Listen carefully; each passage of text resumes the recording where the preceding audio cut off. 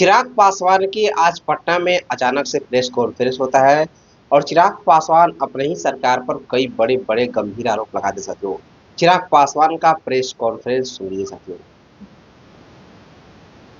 आज की तारीख में भी उदाहरण हम लोग के सामने है कि एक दलित युवक को घोड़ी पे चढ़ने से रोका जाता है, एक दलित परिवार को मंदिर में प्रवेश करने से रोका जाता है। और तो और हद तो तब हो जाती है जब हाल फिलहाल के दिनों में ही एक आईपीएस ऑफिसर सुरक्षा मांगता है अपनी बारात निकालने की। तो आप कैसे इसमें क्रीमी लेयर बना सकते हैं?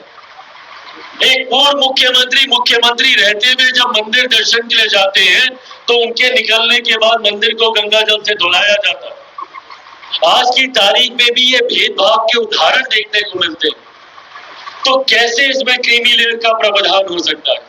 और इस बात को भी मैंने प्रमुखता से कैबिनेट मीटिंग में रखने का काम किया और मुझे खुशी है कि प्रधानमंत्री जी ने भी तुरंत उसी कैबिनेट मीटिंग के बाद क्रीमी लेयर की जो संभावनाएं माननीय न्यायालय के द्वारा जताई गई थी उस पर सरकार की तरफ से अपना रुख स्पष्ट करने का काम किया।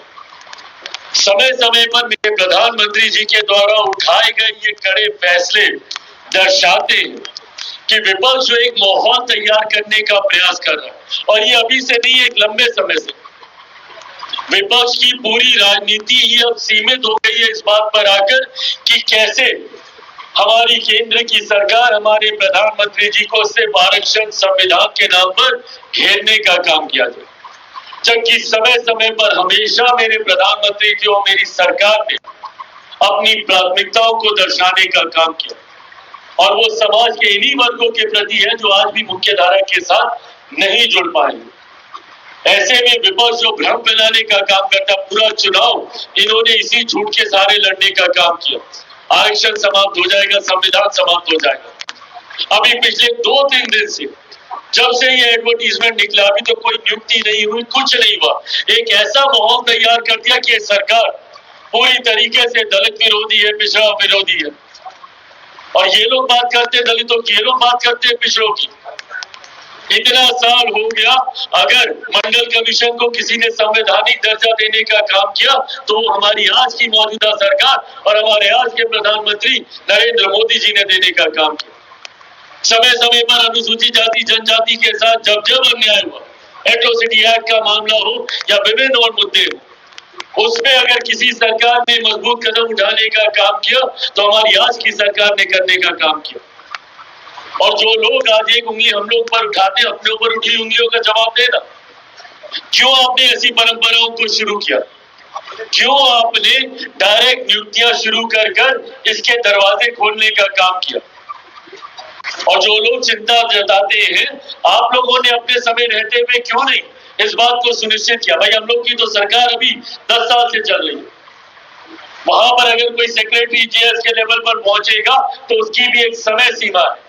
क्यों नहीं कांग्रेस ने अपनी सरकार के समय इन भर्तियों को पूरा किया था, आरक्षण के प्रावधानों को पूरा किया था, उसके अनुसार नियुक्तियां कराई थी और कराई होती तो आज वो तमाम अधिकारी बड़े पदों पर पहुंचे होते। क्यों नहीं उस वक्त विपक्ष ने आपत्ति दर्ज करा? दिक्कत यही है कि सेलेक्टिव क्रिटिसिज्म विपक्ष करेगा, अपने विषयों को छुपाएगा और दूसरों पर उंगली उठाएगा। अगर कोई महिला के साथ अत्याचार एनडीए शासित राज्यों में होता है तो विपक्ष सदन नहीं चलने देगा, पर अगर बंगाल में इतनी बड़ी घटना घट जाती है तो किसी के मुंह से आवाज नहीं निकलती। विपक्ष की कोई एक महिला सांसद, कोई एक सांसद मुझे बता दीजिए जिन्होंने इसके ऊपर बोला। टीएमसी जिनकी महिला मुख्यमंत्री है बंगाल में, आवाज नहीं निकली उनकी। किसी एक सांसद ने इसके ऊपर कुछ बोलना जरूरी नहीं समझा और बाकी राज्यों में घटी घटनाओं के ऊपर ये लोग सदन नहीं चलने देते। मैं खुद मानता हूं घटना किसी भी राज्य की हो, किसी भी सरकार की हो, उसकी कड़ी से कड़ी निंदा की जानी चाहिए और उन सरकारों को कटघरे में खड़ा किया जाना चाहिए। मैं तो हर सरकार के ऊपर सवाल खड़े करता हूँ, मणिपुर की घटना हो या जहानाबाद की घटना हो, मुजफ्फरपुर की घटना हो, पर मैं बंगाल की घटना पे भी बोलता हूँ। क्यों नहीं विपक्ष बोलता इन सारी चीजों के ऊपर?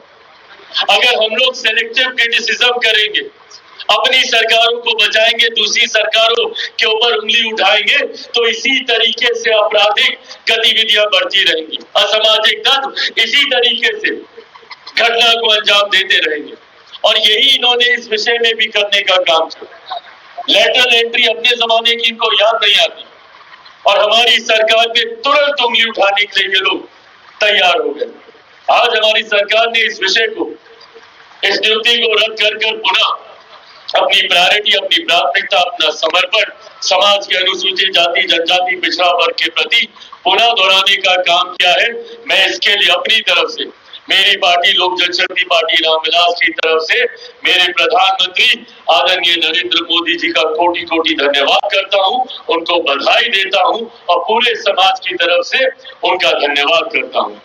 तो आपने सुना है किस तरीके चिराग पासवान आज पटना में अचानक प्रेस कॉन्फ्रेंस बुला के, और कहीं न कहीं लगातार हो रहे बिहार में, देश भर में अपराध हो, चाहे एनडीए की सरकार हो या फिर इंडिया गठबंधन की जहां पर हो, लेकिन चिराग पासवान हर सरकार के ऊपर सवाल उठाते रहते हैं साथियों। तो अभी के लिए इतना ही। मैं अक्षय पासवान, जय हिंद, जय बिहार।